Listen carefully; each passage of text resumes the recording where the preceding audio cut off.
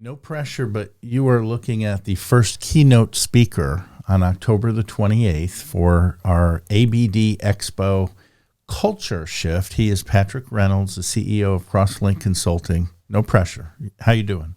Great. That's not tomorrow, so I'm feeling great. It is not tomorrow, but it is approaching rather quickly indeed, and we're so excited about it. It's actually an all-day conference with breakout sessions. We actually have about 14 speakers, and we'll try to run through some of them as it fits within the context of what we're talking about. But I'm also really excited about who you personally know from Colorado that you're bringing in to help with sort of the 5 pillars of creating a good culture.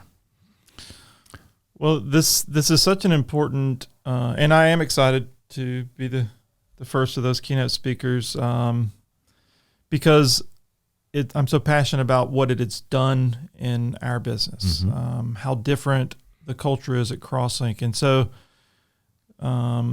it's a delight to go to work each day, to be surrounded by a team that embraces and that lives out the culture that we've grown and built and nurtured and continue to shepherd.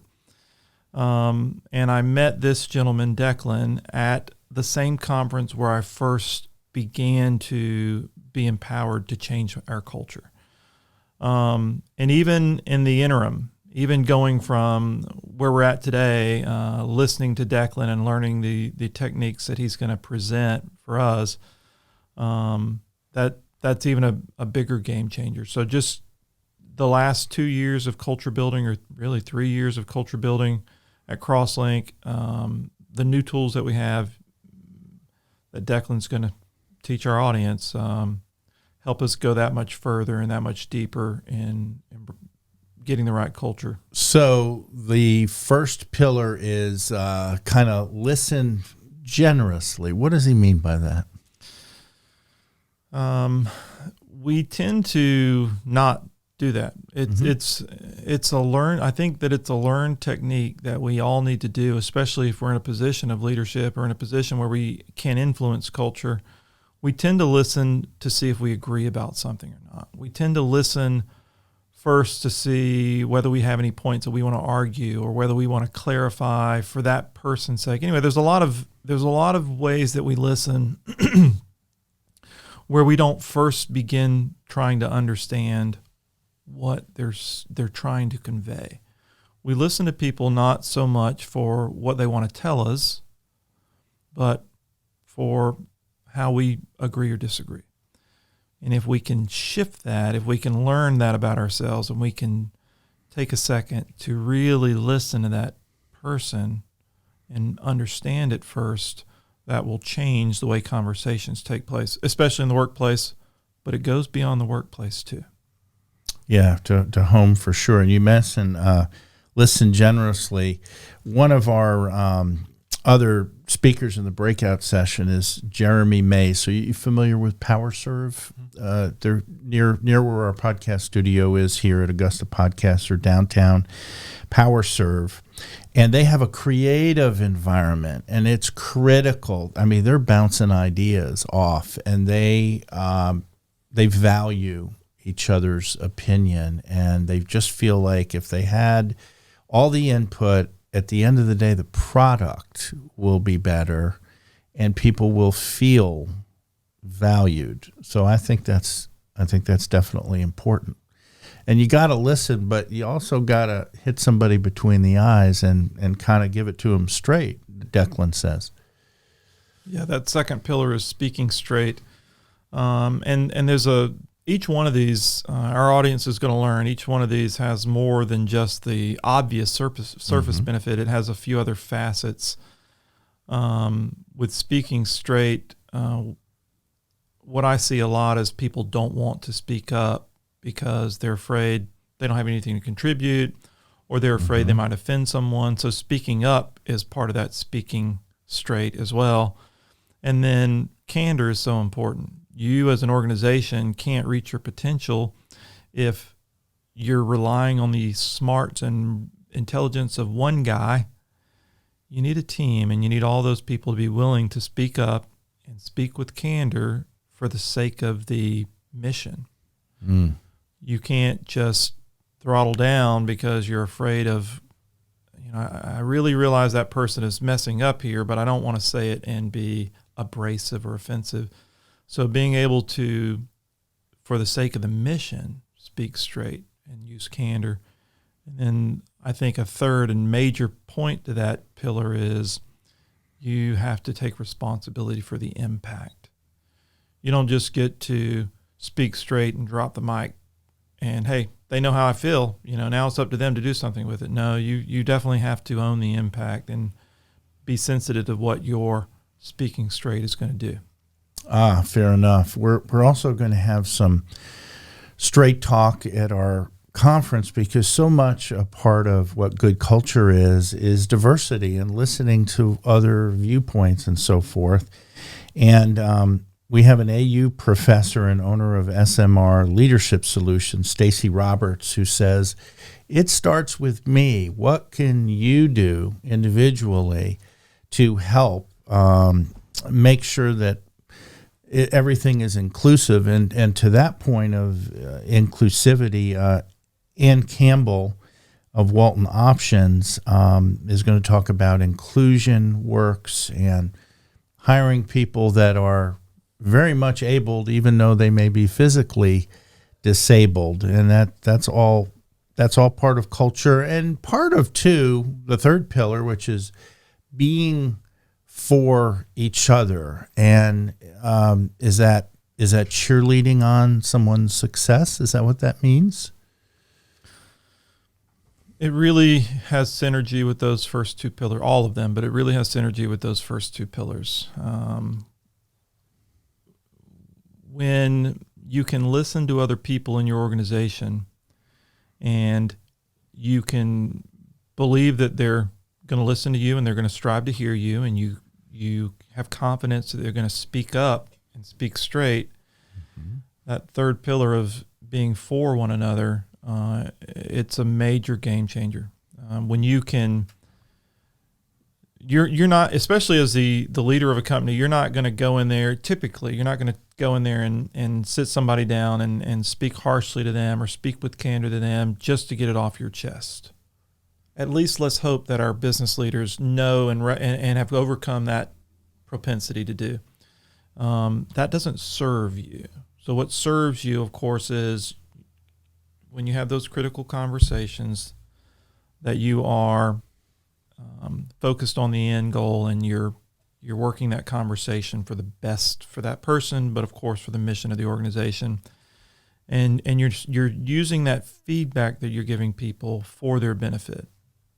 Mm-hmm. And if you're speaking for them and you're being for them, maybe you even need to remind them, hey, this is going to be hard, but I'm saying this for your benefit. I'm saying this because it matters to the mission that we're doing.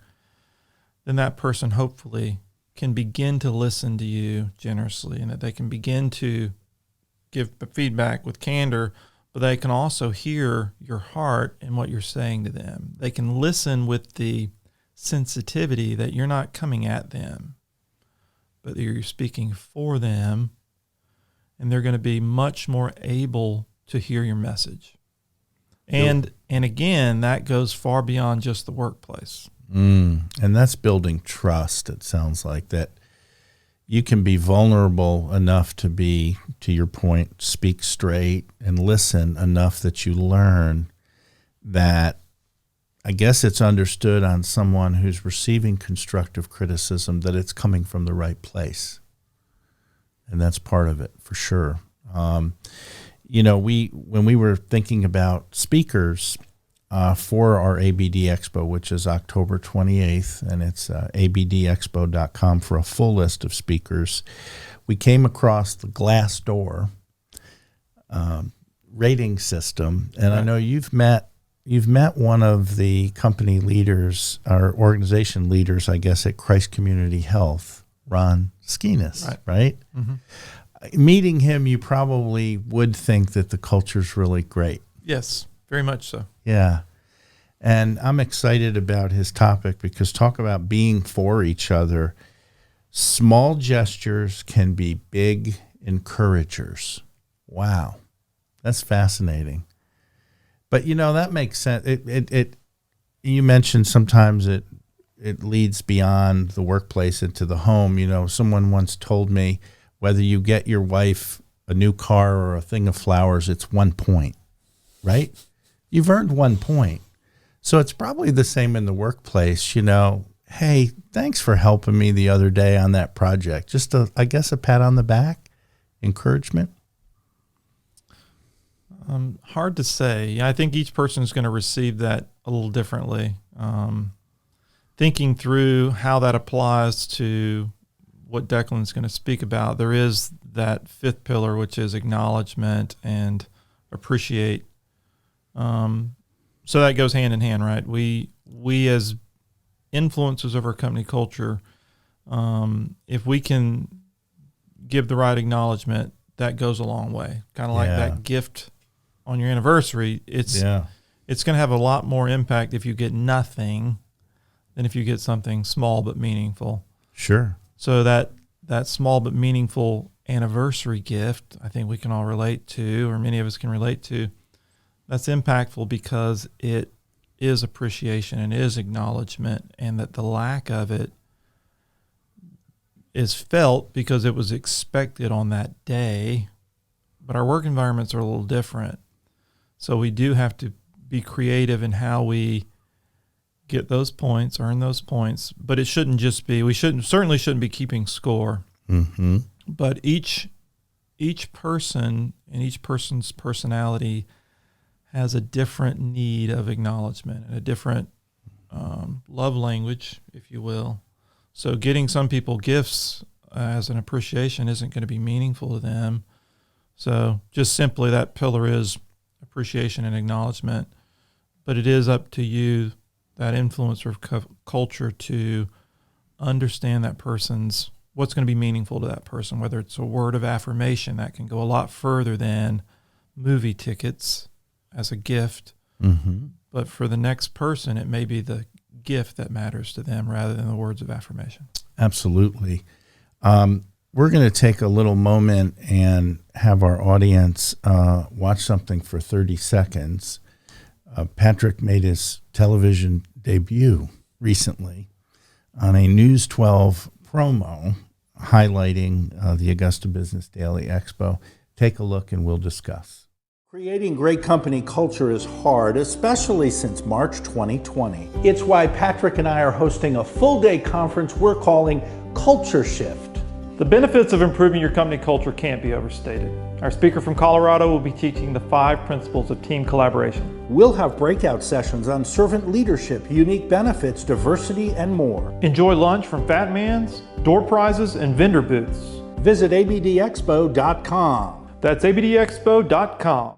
What did you think of being there and kind of doing a little bit of the filming? I know you haven't seen, you've just seen the finished product, but just your thoughts about promoting the conference and such. Just generally speaking, I'm an engineer, right? I get to hide behind that moniker to some degree. But as an engineer, I really don't want to be in front of people. I really want to be behind the scenes, organizing things and building structure. So much of my mission is what has called me out from that server closet, if you will. But it is about serving people, and it is about doing the work that the Lord has gifted me to do and He's called me to do. And that means, as you all have seen, getting in front of a camera to really help businesses recognize their need to improve culture, their need to own culture and curate culture, because I know the impact that will have in the life of the business owner, the life of the business leaders, the life of the employees, and the life of the people that they serve. Mm-hmm. So it's a delight to see that come to fruition in this TV spot. And we hope as many people as possible will join us again on October the 28th. And in that 30-second promo, we did speak about Declan and such. And one of the other pillars that is very important for the collaborative way movement, if you will, is honoring your commitments. I wonder how many people this will resound with. I guess I've grown up with a fairly significant Northeastern influence with my dad being a Yankee from Jersey, and he and his family, they all speak straight, but they don't really own the impact like I've talked about earlier. But they tell you exactly how they feel about you, and it can be abrasive. So when it comes to honoring commitments, I think a lot of the way that I've expected people to honor their commitments comes from that aggressive and slightly abrasive approach, which is you recognize there's a need here, and you've said that you're going to get this done by a deadline, and I'm going to sort of sit back and see if you're going to succeed or fail. Okay, I'm gonna watch you, and I'm gonna critique you, and I'm gonna evaluate you, and I'm gonna watch with a bit of skepticism, and I'm gonna be ready for, if you fail, to point out that failure. Hey, look, you're gonna have to come in and work the weekend because you said this was gonna be done before Monday. So, tough. But again, keeping the end goal in mind, which is the mission of the organization, needs to come before my ego, certainly. It needs to come before a lot of things that are going to cause us to stumble, cause us to trip up. So with that employee, for example, who makes a commitment, this idea of honoring commitment takes a new spin on it, which is you, the person who receives the commitment, you must also do your part. You both own that commitment. That's a giant paradigm shift from the way that I've done it in the past. I'm going to watch to see if you fail, and I'm going to pounce on you if you fail so that you don't fail next time. But this idea of honoring commitment is you're not removed from the responsibility or the chain of custody, if you will, when they commit to have it done. It's your job as the receiver of that commitment to continue to touch base. And when that gut feeling comes, and it always comes, that it looks like this deadline is in danger or in jeopardy, you don't get to say, well, let's see if they fail. Let's see how they do here. No, you need to go and support them. You need to say, we said Monday. How's that looking? What do you need from us? What do you need from me to make sure? And do I need to go to the stakeholders and tell them it's not going to be Monday, it's going to be Wednesday? So sharing that commitment is a new paradigm that comes directly from the collaborative way, one that I'd never heard anyone else speak about. And it's a game changer, especially to the way that I personally have handled commitments before. And I think it's going to be impactful for our audience as well. And Declan will not only be one of the keynote speakers on the main stage in the morning, but he will stay for 2 other breakout sessions. And will they be similar? I don't know if you've spoken with them. Will it be similar to his keynote? They're going to be similar. They're going to be deeper into some of the points, and there's going to be interaction, which there won't be much interaction from the keynote. It's going to be a stage presentation versus a smaller group, 50 to 75 people, and an interactive breakout with Declan. And earlier, of course, Patrick did mention the 5th pillar, acknowledge and appreciate. And I should acknowledge Sally Roberts, who was the former HR director for Morris Communications for more than a decade, and just one of the most favorite people that I came into contact with when I had 18 months of service over at Morris. She is actually going to speak about employee recognition, which is another way to acknowledge and appreciate. And then the ladies from the Gateway Services business company is going to continue a discussion they did with the Chamber of Commerce several months ago called Beyond Benefits, Building Value Through Creative Compensation. So I'm just going to rattle off a few things that they say works or has worked in certain companies just to see if that's something you would ever consider. They have worked with companies that bring in a masseuse to do a 10-minute chair massage. And sometimes the company pays, and sometimes it's just a benefit that the employee hands a $10 bill. Would that be a good thing? Could that be disruptive, or do you think that's a good thing? I think anything that helps that employee know that they're valuable to you, that's a benefit. That's going to have impact. Yeah. The other, some other companies that are fairly large, they would hire a concierge, so that if you had to go pick up prescriptions or dry cleaning or some kind of errand, things dropped off, there's one person that kind of is a runner for everybody. Sounds delightful. And it could increase productivity significantly. Right. I like that. And they're going to do one of the breakout sessions. They've got dozens of these that you may not have ever thought of.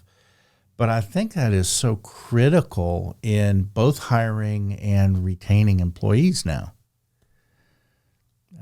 Yeah. So many times it's, the employees left to fend on their own, and they've got to muster up that mission, and they've got to muster up that drive, and it can have a lot of impact if a company is rewarding and being inventive in the ways that they reward and incentivize. That's right. So that I can't wait to hear their ideas. Well, thanks to Patrick at Crosslink Consulting as our presenting sponsor, with assistance from Amplified Events. We have a wonderful landing page with pictures of all the speakers and the times so that you can kind of carve out your day on October 28th. And it's abdexpo.com, abdexpo.com. And I'm so excited about Thursday the 28th. Me too. Thank you, sir. Thanks for having me this morning.